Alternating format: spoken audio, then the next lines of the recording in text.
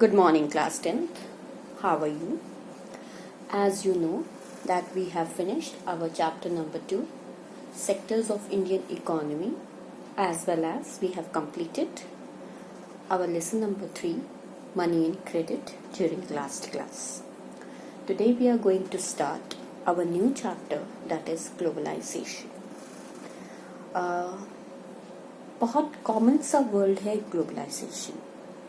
बहुत routine days में, routine life में ग्लोबलाइजेशन एज अ वर्ड का इस्तेमाल हम करते हैं. जनरल टर्म्स में when we use to talk about globalization we basically mean that something which interconnects. ये दो हाथ है, ये interconnect. Something that interconnects the countries of the world. अब इस ग्लोबलाइजेशन की बहुत सारे रूप हैं.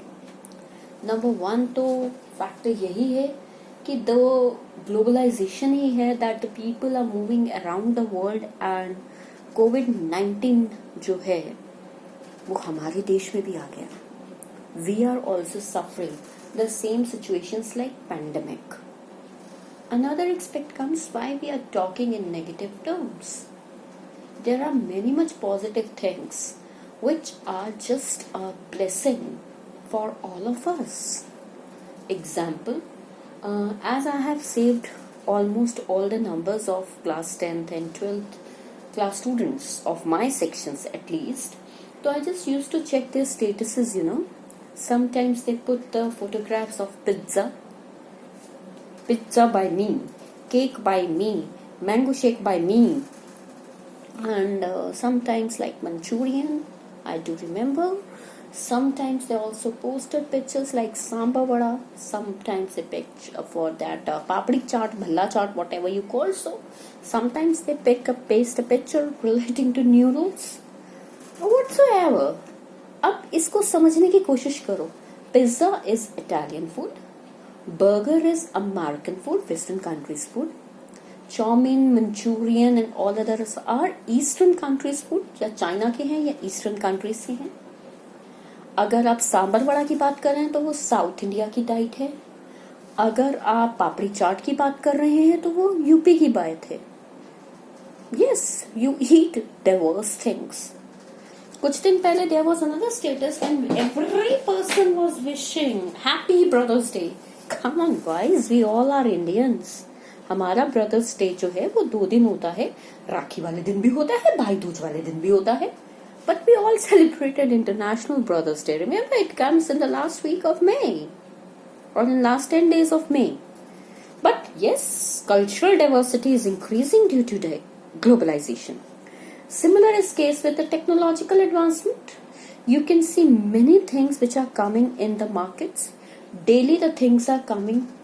टीवी फ्लैट होता था, टीवी फिर ब्लैक एंड व्हाइट होता था, मतलब फ्लैट होता था, फिर कर्व हो गया, फिर गोलाई में भी टीवी हो गया. मतलब क्या हो रहा है यार, ये मुझे तो समझ ही नहीं आता.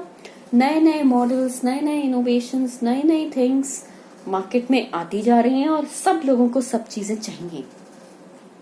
ग्लोबलाइजेशन है. Yes, it is globalization. Market में पैक्ड किए हुए पराठास बनते हैं. कोई बात नहीं, कोविड-19 का टाइम है, so what about the gulab jamuns and the white rasgullas. You can have it for the Haldirams. आपको लेकर आना है, सिर्फ गर्म पानी डालना है, and the food is prepared for you. This is all just happening because the income in the hands of people are also increasing. When income in hand increases, you demand for more assets. When income in hand increases, you feel like that you can now have a better living standards. You want to achieve better education, better health facilities, better privatization of goods, separate houses, separate assets, a different car, a different phone. एक वो भी time था जब एक आंगन में सब सो जाते थे. अब एक टाइम ये है कि हर बच्चे को अपना एक personal room with personal AC भी चाहिए. वो ये डिजायर करता है. More diversity is there. All the things happening in this world are just due to globalization.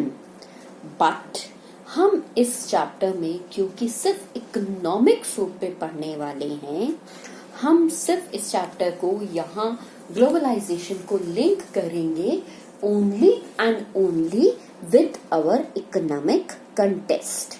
We will use the term globalization in limited context, and we will be studying the impact of globalization as the integration. Integration का मतलब क्या होता है? जब कोई चीज मिल जाती है. Integration between countries, which is happening with the help of, कैसे हो रहा है? फॉरेन ट्रेड के द्वारा हो रहा है, फॉरेन इन्वेस्टमेंट के द्वारा हो रहा है, और ये फॉरेन ट्रेड और फॉरेन इन्वेस्टमेंट जो है that is brought by multinational companies. मैंने यहां सिर्फ MNCs लिखा है. फाइन. सो इन अ वे हमारा चैप्टर की ये इंट्रोडक्शन स्टार्ट होती है. अब हम आते हैं अपने नेक्स्ट एक्सपेक्ट पर, जिसमें हम सिर्फ ये पढ़ेंगे what is the meaning of multinational companies. नाम दिया हुआ है मैंने MNC का, फुल फॉर्म दी हुई है, लेकिन आप ये नहीं लिखेंगे. सबसे पहले हम बात करेंगे कि middle of the 20th century से पहले क्या होता था. Middle of the 20th century मतलब 1950. आप सब लोगों को पता है हिंदुस्तान भी आजाद नहीं था, बहुत सारे देश एशिया और अफ्रीका के आजाद नहीं थे. तो 20th सेंचुरी से पहले 1915 से पहले प्रोडक्शन जो की जाती थी वो बेसिकली एक पर्टिकुलर कंट्री के अंदर ही की जाती थी. जो व्यापार है वो कुछ सिलेक्टिव चीजों का किया जाता था.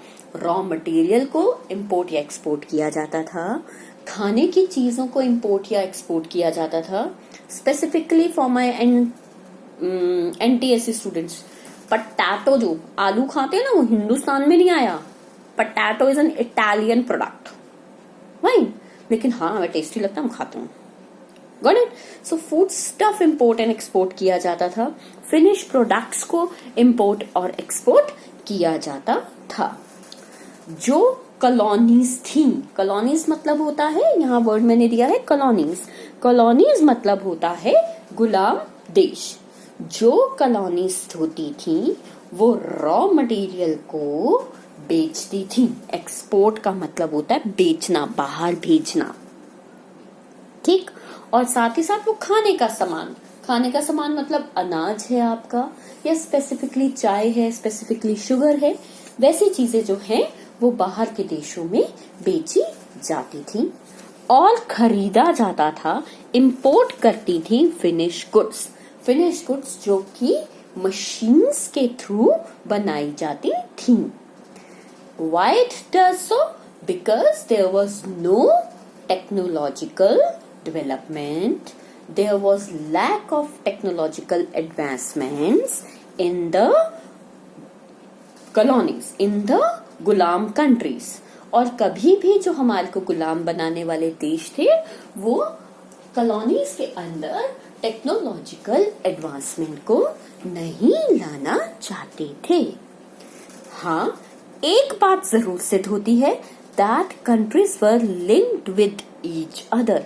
चाहे बनाना चाहते थे या नहीं बनाना चाहते थे, आजाद थे या गुलाम थे, सुपर पावर थे या बहुत ही गरीब स्थिति में थे, लेकिन all the countries were linked with the help of trade.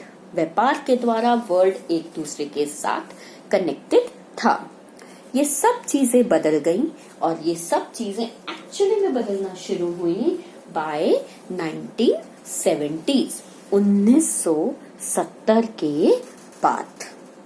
1970 के बाद क्या हुआ ये अब हम डेफिनेशन में करना शुरू करेंगे. That is what do multinational companies mean. अभी के लिए guys thank you. Next video जरूर देखिए.